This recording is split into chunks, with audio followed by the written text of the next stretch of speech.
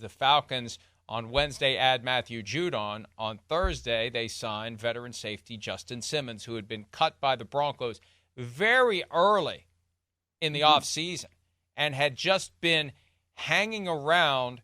And look, when you're a guy that's made a ton of money in the NFL, as Simmons had, you will be far more inclined to not jump at just whatever is thrown your way. And if none of the offers approach what you're accustomed to making, then I'll just wait.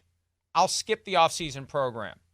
I'll pick my spot as we get closer to the start of the season where I think I'm going to be able to go in and contribute and start and get something closer to what I'm used to making. So 1 year, $8 million deal. This thing has been in the works for a few days. They got it done yesterday. He had visited with both the Falcons and the Saints. The Falcons end up getting the deal done. He's the only player in the league to have at least 2 interceptions every season from 2016 through 2023.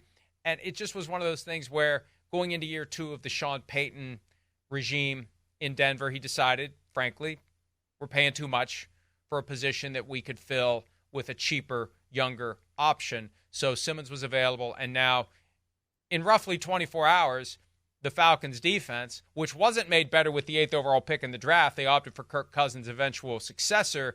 They get 2 pieces to make that defense better.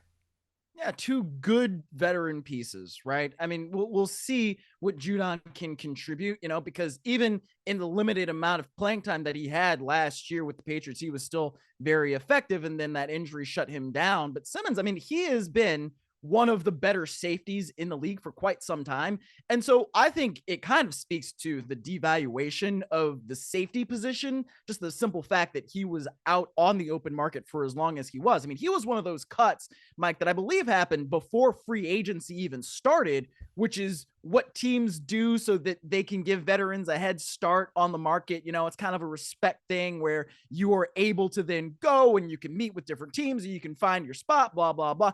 And he doesn't even sign until mid-August. So that is one of the more interesting aspects of this, at least to me, is when you're looking at a veteran safety and who can help you, man, like that's a guy that definitely can do it. Just ask Patrick Mahomes, who I'm sure is thrilled that Simmons is no longer in the AFC West, because that guy used to be one of those dudes that used to really hurt him on the Broncos defense. So I think it's really good for the Falcons to get somebody like this in. It also, I understand it, is pretty disappointing for the Saints, and when you have something like this where somebody visits you and then visits a division rival and ends up signing with the division rival, and that kind of hurts you. And like the NFC South is one of those divisions where they actually very much dislike each other between those 2 teams. So, that's one where it does kind of hurt the Saints as well as it helps the Falcons. And, I think that Falcons defense, when you got a guy like Raheem Morris, they should be better going into 2024. By the way, you mentioned the manner in which Justin Simmons has bedeviled Patrick Mahomes. This is not a gratuitous promo. Week 3, September 22nd, Sunday Night Football on NBC and Peacock. We will have the Chiefs at the Falcons. So Justin Simmons will get another chance to take a ball or 2 away from Patrick Mahomes as Kirk Cousins and Patrick Mahomes square off. Presumably Kirk Cousins will work Tuesday that week, although there is no guarantee. Okay, you have a chance to win $1 million in the NBC sweepstakes on Yahoo Fantasy. Just download the redesigned Yahoo Fantasy app or go to NBCSports.com/fantasymillion for additional details. What are you waiting for?